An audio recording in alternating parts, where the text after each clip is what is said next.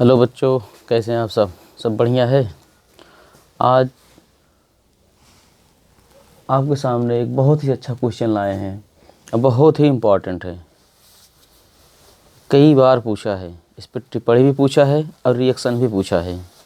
क्या पूछा है कि जब एसिटिक अम्ल की क्रिया हाइड्रोजोइक अम्ल से होती है तो क्या प्राप्त होता है। केवल रासायनिक समीकरण दीजिए, ये पूछा है। फिर पूछा है कि स्मिट अपक्रिया से आप क्या समझते हैं, रासायनिक समीकरण द्वारा स्पष्ट कीजिए। ये जो स्मिट अपक्रिया है ये बार बार टिप्पणी में पूछा है, कई बार पूछा है, इसलिए एग्जाम के दृष्टि से आपका ये बहुत ही इम्पोर्टेंट टॉपिक है, बहुत ही इम्पोर्टेंट क्वेश्चन है। सबसे पहले आप देखेंगे कि एसिटिक अम्ल, चूँकि आप जानते हैं इससे रिलेटेड आप सभी क्वेश्चन ज़्यादातर ये आपका इस टॉपिक से एसिटिक अम्ल से ही आपका लास्ट क्वेश्चन है, जितना भी क्वेश्चन पूछा है अभी तक। तो इसलिए आपको एसिटिक अम्ल का सूत्र याद ही हो गया होगा। आप जानते हैं CH3COOH, ये क्या है, एसिटिक अम्ल है। किससे रिएक्शन करा रहा है, हाइड्रोजोइक अम्ल से है। हाइड्रोजोइक अम्ल का सूत्र आप पहली बार सुन रहे हैं, इसका सूत्र होता है N3H, ये हाइड्रोजोइक अम्ल है। फिर क्या कह रहा है, सांद्र H2SO4 किसकी उपस्थिति में होगा, सांद्र H2SO4। टेम्परेचर क्या होगा, 0 से 5 डिग्री सेल्सियस, इसका मतलब कोल्ड, मतलब ठंडा होगा।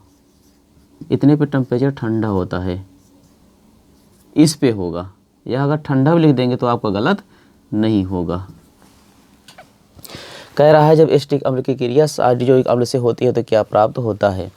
जब एसिटिक अम्ल की क्रिया हाइड्रोजोइक अम्ल से सांद्र H2SO4 की उपस्थिति में 0 से 5 डिग्री सेल्सियस पर होती है तो एमीन प्राप्त होता है, 1 डिग्री एमीन प्राप्त होता है।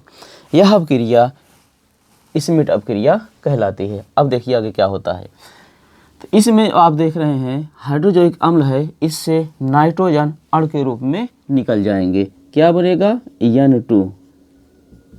साथ ही साथ अब N2 तो निकल गया, कितने N बचे, 1 N बचे। अब 1 N बचे, इसका साथ साथ इसमें से कार्बन डाइऑक्साइड गैस निकलेगी। जो कार्बन डाइऑक्साइड गैस है मीन्स क्या, CO2 गैस निकल गई। अब देखिए आपके पास क्या बचा भाई, CH3 बचा, आपने लिख लिया CH3। फिर H बचा और साथ NH बचा, इसका मतलब हो जाएगा NH2 बचा। आई बात समझ में। इसको कहते हैं एमीन या 1 डिग्री एमीन। आईपीएसी में नाम लिखेंगे, एक कार्बन है तो हो जाएगा मेथ, सिंगल बॉन्ड है हो जाएगा एन, मेथ प्लस एन क्या हो जाएगा, मेथेन। और NH2 क्या कहते हैं, एमीन कहते हैं, तो हो जाएगा मेथेना माइन। कहें सर ये समझ में नहीं आ रहा आप क्या लिख रहे हैं।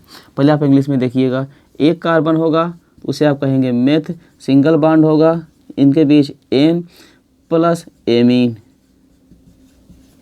ये भी वावेल है, ये भी वावेल है, ये भी स्वर है, ये भी स्वर है। स्वर के पहले स्वर, हम स्वर को नहीं लिखेंगे, हम इसको लिखेंगे मेथ प्लस एन, क्या हो जाएगा, methane plus amine. Methane amine हो गया। अब ये नहीं लिखेंगे हम ई, क्योंकि ये भी स्वर है, ये भी स्वर है। इस एक के पहले स्वर के पहले स्वर है, स्वर को हम नहीं लिखेंगे, तो हो जाएगा मेथेनामाइन। यही है मेथेनामाइन या 1 डिग्री एमीन है। अब लिखेंगे क्या आप स्मिट अपक्रिया के विषय में, क्योंकि आपसे बार बार टिप्पणी पूछेगा तो आपको लिखना पड़ेगा, रिएक्शन ही नहीं देना, रिएक्शन से काम नहीं चलेगा, अपक्रिया से काम चलेगा। आपको टिप्पणी भी लिखना, क्या किससे कैसे आप रिएक्शन करा रहे हैं। तो लिखेंगे सर्वप्रथम, जब एसिटिक अम्ल की क्रिया सांद्र H2SO4 की उपस्थिति में 0 से 5 डिग्री सेल्सियस